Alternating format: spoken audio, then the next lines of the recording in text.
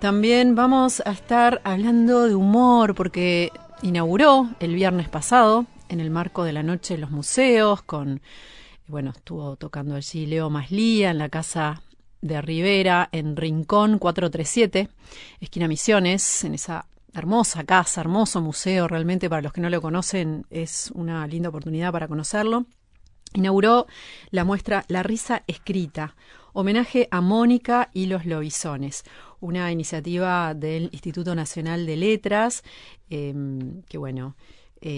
nos trae el humor escrito, el humor en distintas vertientes a lo largo de mucho tiempo, este humor inteligente que ha caracterizado a nuestro país durante mucho tiempo. Y vamos a hablar de este tema con Clara von Sanden, que es investigadora del museo y que ya tenemos en línea. ¿Cómo estás, Clara? ¿Qué tal? Buen día. Bienvenida. Muchas gracias por la invitación. Bueno, es una muestra que tiene distintos formatos, hay mucha cosa, ¿no? Muchos objetos, hay imágenes, hay, muchas cosas. Vamos a la génesis de esta muestra, un poco cómo se fue armando y si hubo como una idea previa y se logró o fueron encontrando otras cosas en el camino y quedó algo diferente a lo pensado inicialmente. Bueno, como dijiste, esto fue un trabajo conjunto que hicimos con el Instituto Nacional de Letras y el Museo Histórico Nacional.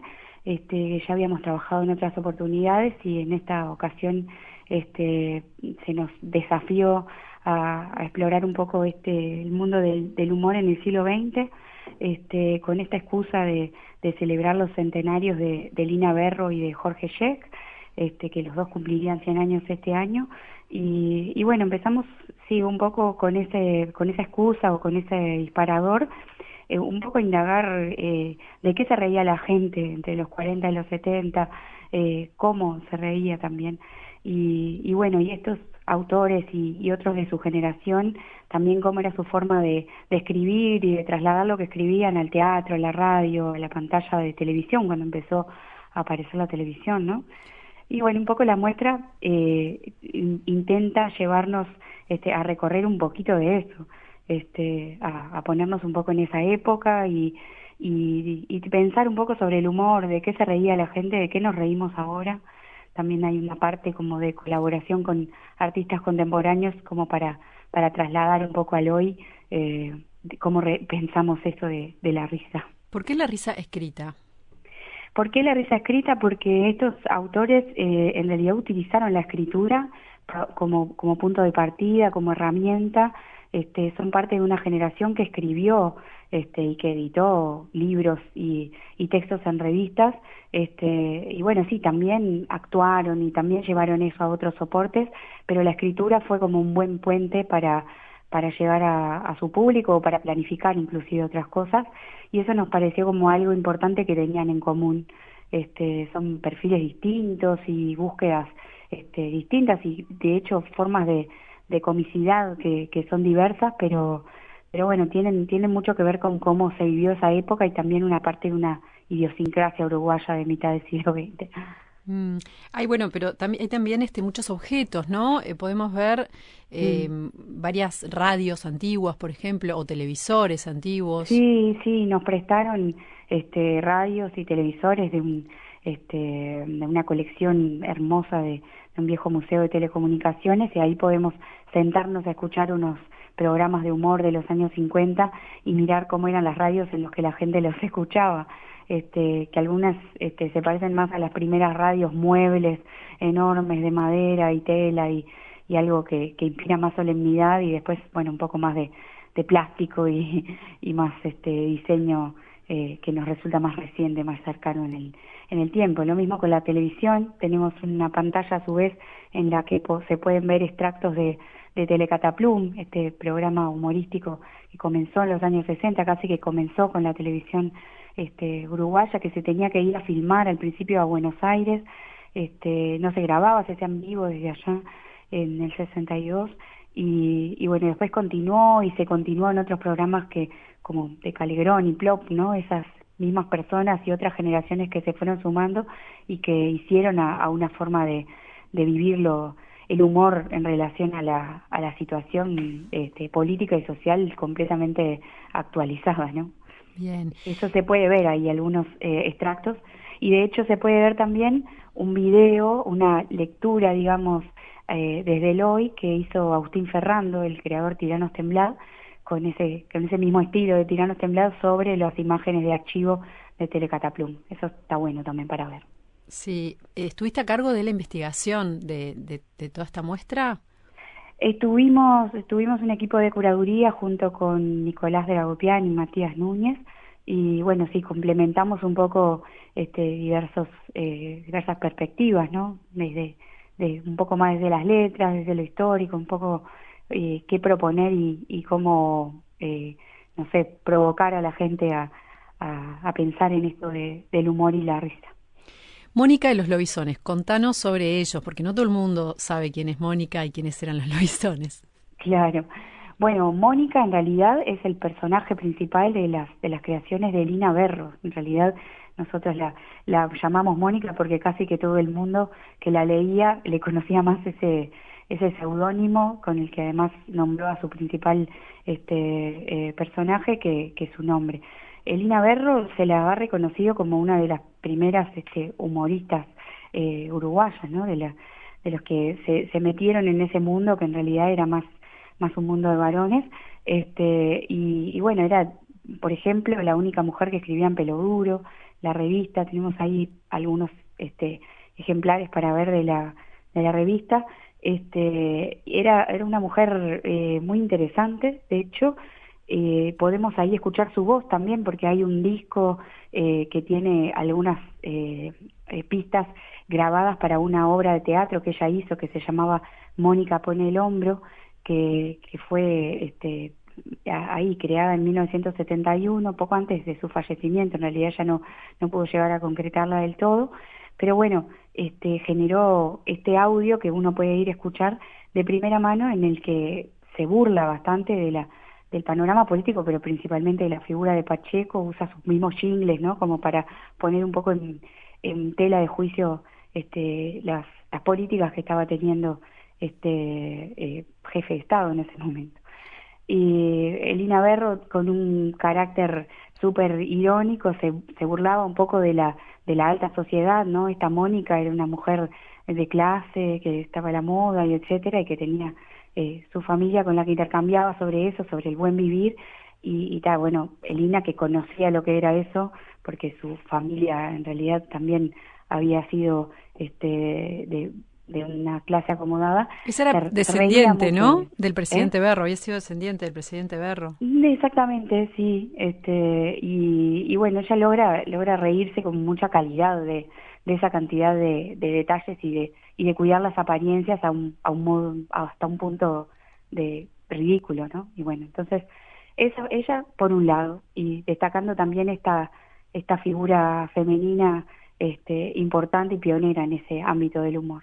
Y después, bueno, Jorge Scheck en realidad trabajó mayoritariamente junto con su hermano, a quienes llamaban los Lobisones, ¿no? Jorge y Daniel Scheck escribieron y generaron varios también obras de teatro, y bueno, producto enorme, muy memorable para varias generaciones, que fue el programa humorístico Telecataplum, y otros que surgieron en su entorno, que tenían otro tipo de formas de hacer reír, pero también a la misma vez, del mismo modo que Lina Berro y que otros de su generación, eran muy observadores del lenguaje, por ejemplo, del lenguaje de los distintos ambientes, ¿no? Del arrabal, y a su vez del lenguaje más campechano de la gente que se venía del interior en ese momento. Y son muy observadores de un montón de cosas del diario vivir, de un montón de gente que como se dice, componía la sociedad montevideana en ese momento. Y bueno, es bien interesante para verlos dialogar, porque coincidieron en algún caso, porque escribieron en la revista Lunes, tanto Lina como ellos. Era parte de la misma generación, pero claramente lograban productos distintos, ¿no? Uh-huh. Bueno, se puede ver esa cámara de Canal 12, ¿no? Con ese logo del 12 hace tantos años. Sí, hasta se puede meterse en una escena de Telecataplum porque tenemos un lugar en donde colocar uno la cara y meterse y ser parte del elenco por un momento, tomarse una foto ahí junto con Jenny Trailes y Ricardo Spalter sentados a la mesa. Se puede jugar un poco, es un poco lo que venimos también intentando desde el museo con otras exposiciones, que uno pueda también interactuar, imaginarse en ese momento, hacerse preguntas desde la actualidad, pero un poco también desde lo lúdico. Bien. Mencionabas el humor escrito más tradicional, tipo Peloduro. Hay muchos, ¿no? Está Wimpy, Serafín García, Benedetti, Sí. Carlos María Gutiérrez, Carlos Maggi. Bueno, hay una riqueza realmente impresionante. Después están todos estos nuevos referentes del humor, como Leslie, Maco Junior, Pilar González, Agustín Ferrando, Fernando Foglino, Marcos Morón, Kid Grajea, Carlos Palleiro. ¿Cómo has visto al estudiar, al juntar toda esta información y ver esa evolución del humor? ¿Qué podés apreciar personalmente, ¿no? Al ver todos estos materiales a lo largo del tiempo, ¿cómo ha ido cambiando? Bueno, en realidad hacemos un salto bastante gigante, ¿no? Porque lo dejamos un poco en los 70, el recorrido por la generación de los Lobisones y de Lina, y pasamos a la actualidad y recorremos como, además un poco más lo gráfico de la actualidad, cuando de la otra generación algunos de esos ámbitos los dejamos por fuera, o sea, hicimos un recorrido en el que efectivamente el carnaval quedó fuera, el humor gráfico quedó fuera, pusimos algunos énfasis de un humor que evidentemente impregnaba muchísimo más la realidad diaria de la gente de lo que nosotros llegamos a mostrar en ese pantallazo. Lo que capaz que nos ha hecho pensar en este recorrido de investigación es cómo cada generación también inventa sus caminos, ¿no? Algunos se fortalecen o se debilitan en distintos momentos. Hay momentos de crisis en los que explotan algunas expresiones humorísticas y realmente sorprende, no sé, que entre 1890 y 1910 haya más de 50 publicaciones de humor gráfico típicas, y uno dice, pero ¿y cómo hacían? Si ahora nos resulta tan difícil editar algo así, como en ese momento, con menos herramientas. Y bueno, también forma parte de lo que esa generación vivió como necesidad y como recurso para hacer ver también de alguna forma crítica lo que estaba sucediendo, ¿no? Y creo que en nuestra época, capaz que, claro, las pantallas, nuestra forma de vivir el audiovisual medio mucho más, como se dice, omnipresente, también ese soporte se suma mucho a la comicidad, a nuestra forma de vivir el humor, y bueno, en los 60 en realidad la televisión, pero no tenían todas estas herramientas todavía. Pero bueno, sí, yo creo que va cambiando también en función de la época y en función también de las propuestas que se van dando. Si tuvieras que elegir una joyita de toda la muestra, ¿qué elegirías? Ay, hay varias. Bueno, capaz que otras cosas de las que no he mencionado ya, tenemos una obra de Foglino que hay que ir y mirar con detalle porque tiene varios elementos que dialogan entre sí, que uno puede llegar a comprender, y que habla un poco de cómo la censura en realidad no es la obra es de este año, pero observa un episodio de censura de la dictadura, ¿no?, sobre la revista El Dedo, y bueno, observa cuál fue la justificación para cerrar la revista, y entonces nos invita a reírnos un poco también de eso. Me parece una pieza muy especial. Otra que tenemos como una joyita es un bikini diseñado por Elina Berro, que la gente del taller de vestuario del Sodre nos ayudó a reconstruir, y que podemos observar un bikini que estaba muy a la moda en ese momento. Elina también era periodista de modas, y bueno, le pone una gran cuota de humor a un bikini diseñado con una leyenda en el trasero de la muchacha, que no se las voy a spoilear, van a tener que ir y verla y bueno, reírse de las intertextualidades que hay ahí. Creo que es una muy linda muestra para ir con niños también y que vean ciertas cosas, ¿no? Algunas no van a entender, por supuesto, pero otras, los objetos, no sé, es como que es un viaje un poco en el tiempo también. Y bueno, todas estas capas, ¿no? De poder ir leyendo y riéndonos. Excelente. ¿Hasta cuándo va a estar la muestra?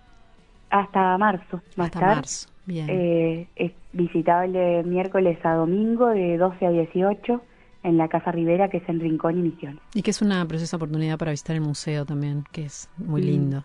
Sí, pueden observar algunas otras de las muestras permanentes y temporales. Excelente. Clara, muchísimas gracias. Bueno, muchas gracias a ustedes por la invitación.